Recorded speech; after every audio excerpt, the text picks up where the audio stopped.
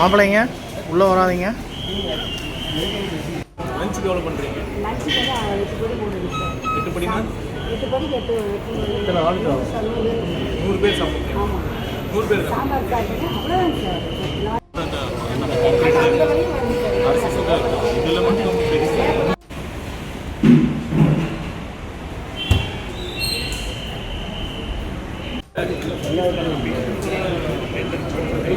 இல்லை இவங்க ரொம்ப நாளாக இங்கேயே இருக்கான்னு சொன்னீங்க.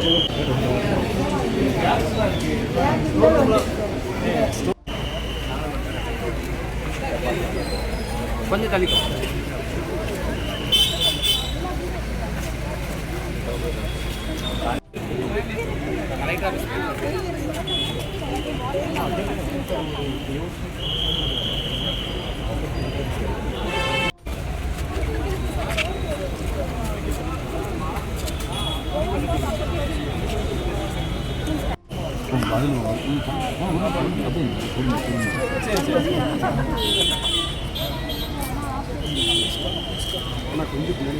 அப்படி விரைவில் இங்கே திருப்பூர் புற்றுநோய் சிகிச்சை மையத்துக்கு இந்த 3D சிமுலேட்டர் கிடைக்கும் என்பதை மகிழ்ச்சியுடன் தெரிவிக்கிறேன். அந்த தலைக்காயம் இங்கே இருக்க ஒரு கோரிக்கை இருக்குது.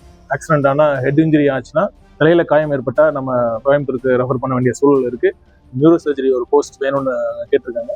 ஸோ அதை பற்றியும் நாங்கள் பேசிட்டு எவ்வளோ சீக்கிரம் பண்ண முடியுமோ அதை பண்ணுறோம். ஒன்று நீட் வேண்டாம், அது கிராமப்புற ஏழை மாணவர்களுக்கும் மட்டும் இல்லாமல் அவங்களுக்கு எதிரானது மட்டும் இல்லாமல் மாநில உரிமைகளுக்கும் எதிரானது என்பதனால தான் நம்ம தமிழகத்துக்கும் தொடர்ந்து நம்ம தேர்தலுக்கு முன்னாடியே ஒரு எதிர்த்துட்டு இருந்தோம். இப்போ அரசு பொறுப்பேற்ற பிறகும் மாண்புமிகு முதலமைச்சர் அவர்கள் பாரத பிரதமரை சந்தித்த பொழுது கூட இதை பற்றி நம்ம கோரிக்கை வச்சிருக்கிறோம். +2 மதிப்பெண் அடிப்படையிலேயே நம்ம மருத்துவக் கல்லூரி மற்றும் அனைத்து மருத்துவம் சார்ந்த படிப்புகளுக்கும் அட்மிஷன் கொடுக்கணும் அப்படிங்கிற மாதிரி நம்ம கோரிக்கை வச்சிருக்கிறோம். இது ஒரு பக்கம் நம்ம சட்ட போராட்டங்கள், அரசியல் ரீதியாக முயற்சிகள் பண்ணிட்டு இருக்கிறோம்.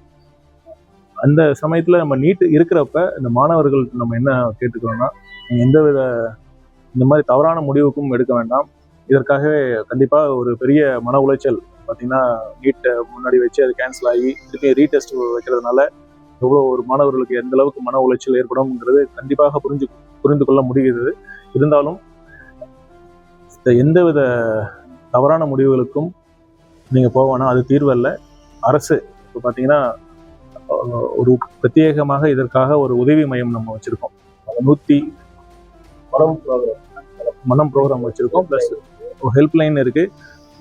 108 ஆம்புலன்ஸ் சேவை மாதிரி 104 104 அப்படிங்கிற சேவை மையம் இருக்குது.